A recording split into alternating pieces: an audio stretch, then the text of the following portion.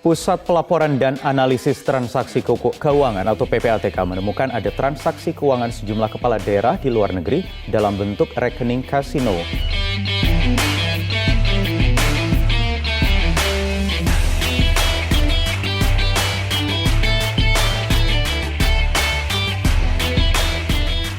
Sangat tidak terpuji kalau ada kepala daerah nggak benar, ada kepala daerah nyimpen uang itu di kasino gitu, nggak bisa bayangkan kok nyimpen uang kok di kasino.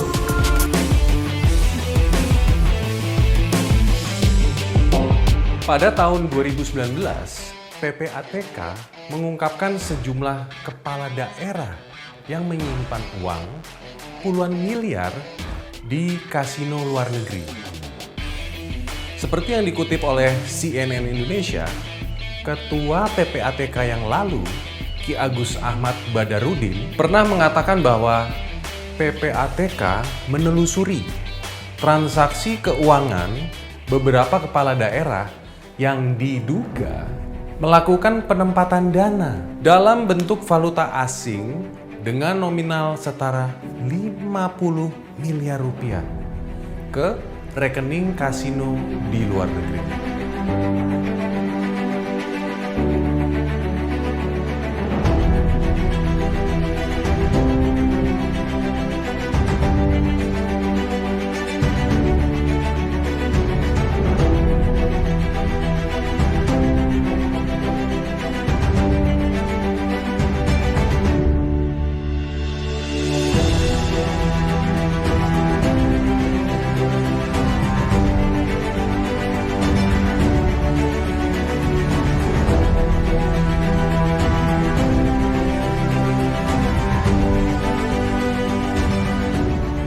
Di tahun 2022, Pusat Pelaporan dan Analisis Transaksi Keuangan atau PPATK menemukan lagi adanya transaksi keuangan dari Lukas NMB ke kasino judi dengan nilai yang sangat fantastis.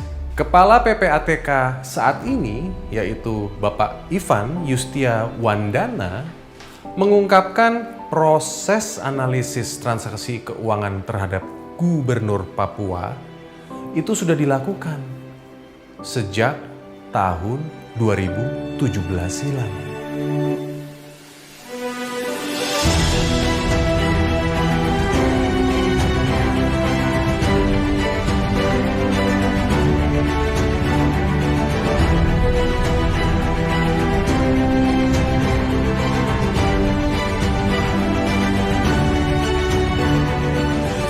Dari 12 dokumen hasil analisis dari PPATK menemukan terdapat satu dokumen transaksi keuangan dari Gubernur Papua Lukas NMB ke rekening kasino perjudian dengan nilai yang sangat fantastis. Sebagai contoh, salah satu hasil analisis adalah transaksi setor tunai yang bersangkutan di kasino judi senilai 55 juta dolar atau sebesar 560 miliar rupiah.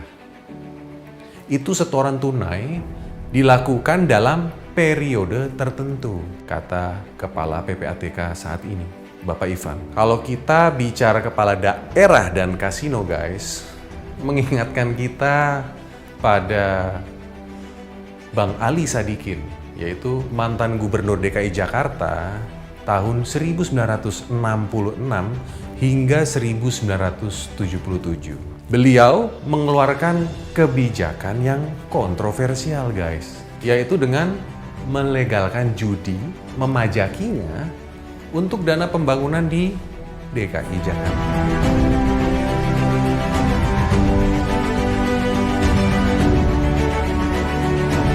Pada awal beliau menjabat, Bang Ali ini sangat terkejut, guys, ketika mengetahui APBD DKI Jakarta pada waktu itu hanya 66 juta rupiah. Keputusan Bang Ali untuk menertibkan perjudian dan memungut pajaknya mendapat dukungan dari tulisan pemenang sayembara, yaitu sayembara mengarang yang pada waktu itu diselenggarakan oleh Pemda DKI Jakarta.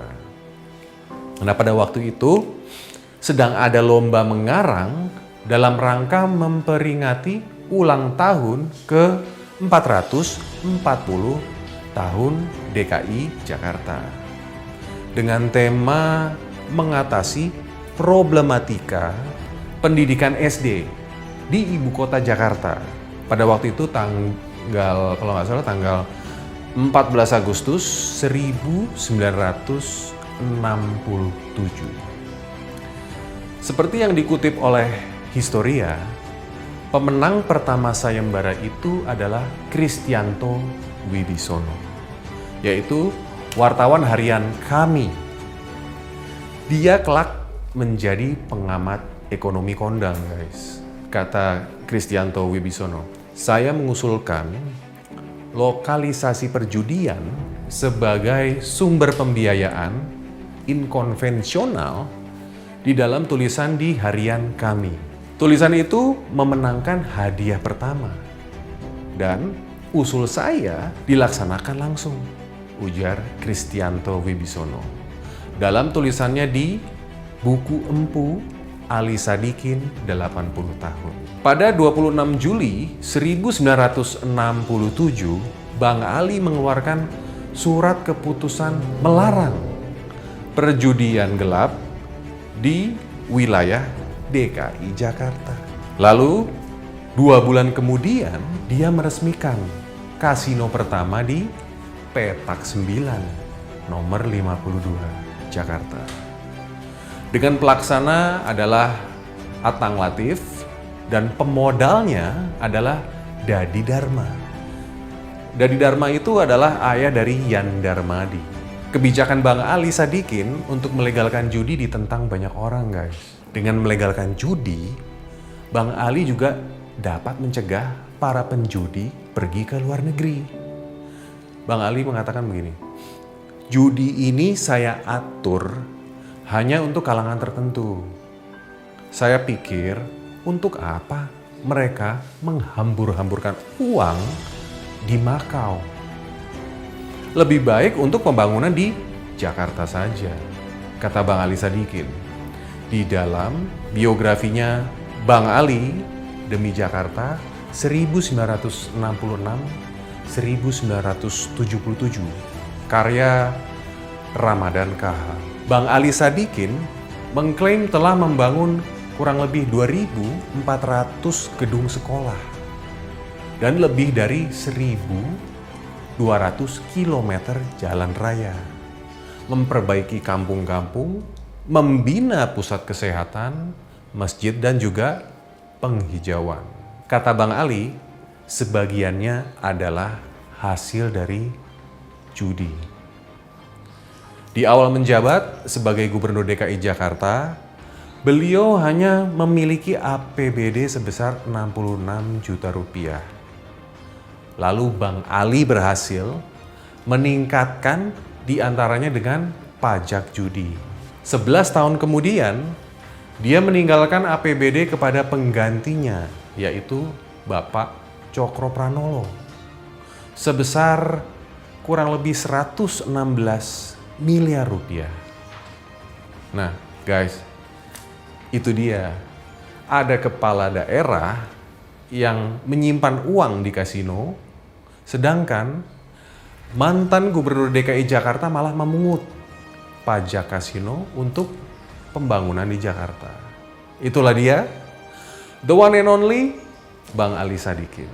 Oke, sampai ketemu dulu di episode yang akan datang. Jangan lupa klik like dan subscribe dan juga share ke teman-teman kalian ya. Ciao. Persoalannya persoalan hukum murni, nggak ada persoalan politik. Siapapun harus mempertanggungjawabkan di depan hukum. Nggak ada perkecualian. Intinya apa?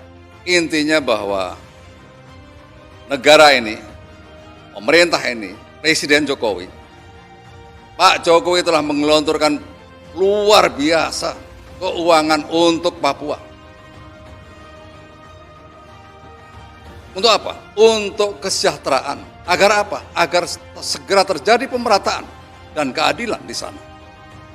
Jangan justru kebijakan afirmatif itu diselewengkan dengan pribadi.